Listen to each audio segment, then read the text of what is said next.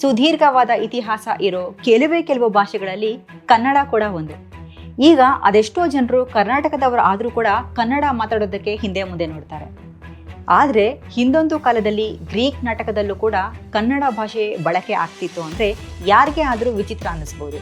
1896ರಲ್ಲಿ Bernard ಗ್ರೆನ್ಫೆಲ್ ಹಾಗೆಯೇ Arthur Hunt ಅನ್ನೋ ಇಬ್ಬರು ಪ್ಯಾಪಿರಾಲಜಿಸ್ಟ್ಗಳು ಈಜಿಪ್ಟ್ನ ಪುರಾತನ ನಗರವಾದ ಆಕ್ಸಿರೈನ್ಕಾಸ್ ಅನ್ನೋ ಪ್ರದೇಶದಲ್ಲಿ ಹಳೆ ಕಾಲದ ಬರಹಗಳ ಬಗ್ಗೆ ಅಧ್ಯಯನವನ್ನು ನಡೆಸ್ತಾ ಇದ್ರು.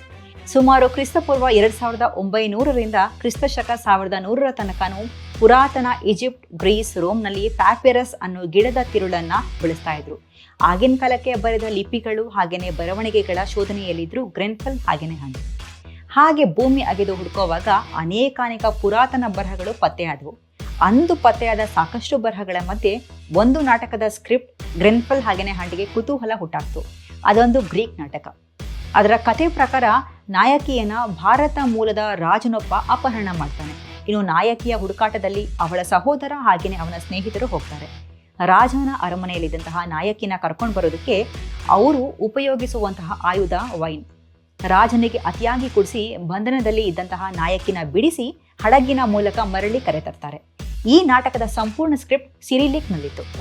ಆದರೆ ಮಧ್ಯದಲ್ಲಿದ್ದಂತಹ ಕೆಲವು ಸಂಭಾಷಣೆ ಇನ್ಯಾವುದೂ ಅರ್ಥವಾಗದ ಭಾಷೆನಲ್ಲಿತ್ತು. ಈ ಕಾರಣಕ್ಕೆ ಆ ಒಂದು ನಾಟಕದ ಸ್ಕ್ರಿಪ್ಟ್ ಸಾಕಷ್ಟು ಅಧ್ಯಯನಕಾರರ ತಲೆ ಕೆಡಿಸ್ತು. ಅದು ಯಾವ ಭಾಷೆ ಅಂತ ಕಂಡುಹಿಡಿಯೋದಕ್ಕೆ ಸಾಕಷ್ಟು ಪ್ರಯತ್ನಗಳು ಕೂಡ ನಡೆದವು. ಆದರೆ ಯಾವುದು ಕೂಡ ಪ್ರಯೋಜನ ಆಗಲೇ ಇಲ್ಲ. ಹೀಗೆ ಸುಮಾರು ವರ್ಷಗಳ ನಂತರ ಜರ್ಮನ್ ಭಾರತ ಶಾಸ್ತ್ರಜ್ಞ ಯೂಜೆನ್ ಹರ್ಟ್ಜ್ ಅವರು ಆ ಸಂಭಾಷಣೆ ಯಾವ ಭಾಷೆನಲ್ಲಿ ಇದೆ ಅಂತ ಕಂಡುಹಿಡಿದ್ರು. ಅದು ಕನ್ನಡ ಭಾಷೆದಾಗಿತ್ತು.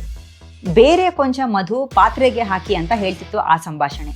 ಒಟ್ಟಾರೆ ಹೇಳೋದಾದ್ರೆ 2ನೇ ಶತಮಾನದ ಕಾಲದಲ್ಲಿ ಗ್ರೀಕ್ ನಾಟಕಕಾರರು, ನಟರು ಕನ್ನಡ ಬಳಸ್ತಿದ್ರು, ಮಾತಾಡ್ತಿದ್ರು ಅನ್ನೋದಕ್ಕೆ ಈ ನಾಟಕ ಸಾಕ್ಷಿಯಾಗಿದೆ.